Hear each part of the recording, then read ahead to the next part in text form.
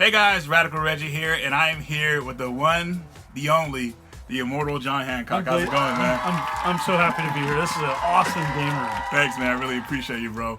And today we're going to talk about a sensitive topic, and that is reproductions, good or bad for the community. And when I'm talking about reproduction, I'm talking about games that are made of games that already exist. Like, say that there's a Wild Guns out there. Oh yeah. And somebody has a reproduction of that game. You know, is it good or bad? And the reasons I'm going to go in there. I'm going to go ahead and say the reasons why they're pretty bad. Well, they can be bad. Is because people will get reproductions, which I think is fine, but they possibly later on could sell them as a real copy, and that's the bad part about it. So that's the bad part. I agree with that. I think the good part is, I think reproductions have a place. You just have to be. They have to be done right. You know, like the truth is, I have friends that make reproductions. It's their business. It's their livelihood, and I think there's a right way of doing it. You know, we have at Callets Gamers, we have a reproduction policy where you can't reproduce anything that was in the States that's actively being sold on either the virtual console, etc. It's mostly fan translations, imports, etc. But the thing is, the big thing is if reproductions are being made, I think that they're fine as long as you have a variation on the label or something on the label that says reproduction. Yeah.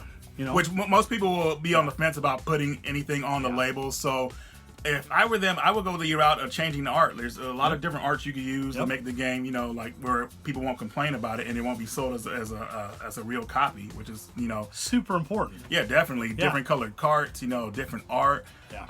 Some people don't mind the reproduction on there or whatever, but you definitely, I think that people have to start doing that because it's getting to the point where it's too bad. Like, here's an example, and we both probably knew this was going to happen. Oh yeah, GameStop. They wanted to take in games. Yes, this is where people cashed in on reproductions. Mega Man 7s. What else? Earthbound. That's the game. Earthbound. So many reproductions, and then people who bought from them, Hagane definitely, and people who bought those games from there. Guess what kind of game? They got reproductions in the mail. So it's bad, and I think if you don't have reproduction on the label, it's not that the person you're selling to, there's a lot of people that are honest in saying it's a reproduction, but if it doesn't say it on the label, then that person may sell it to somebody else as real. Yeah, thinking it's real. And then it's just bad for everybody. It just is. Definitely. Bottom line is, today, the way things are going, make sure you have a bit tool at all times. If you're going to be buying games, have it with you at all times.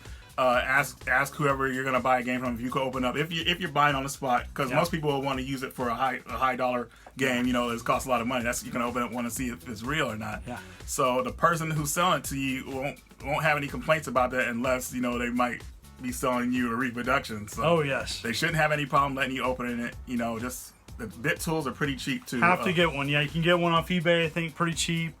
You can also use online forum sources for like what a PCB or the boards look like inside. Yes. And if a vendor does not allow you to open up a game to check if it's legit, he knows. Do not buy it.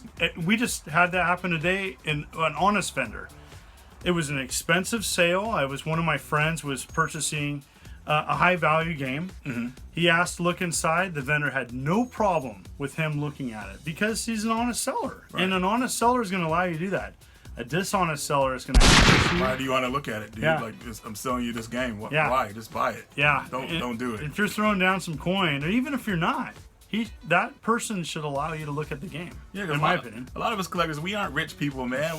We work hard for our money. And throw it away on something that's not what it is. It hurts. Yeah, totally. So.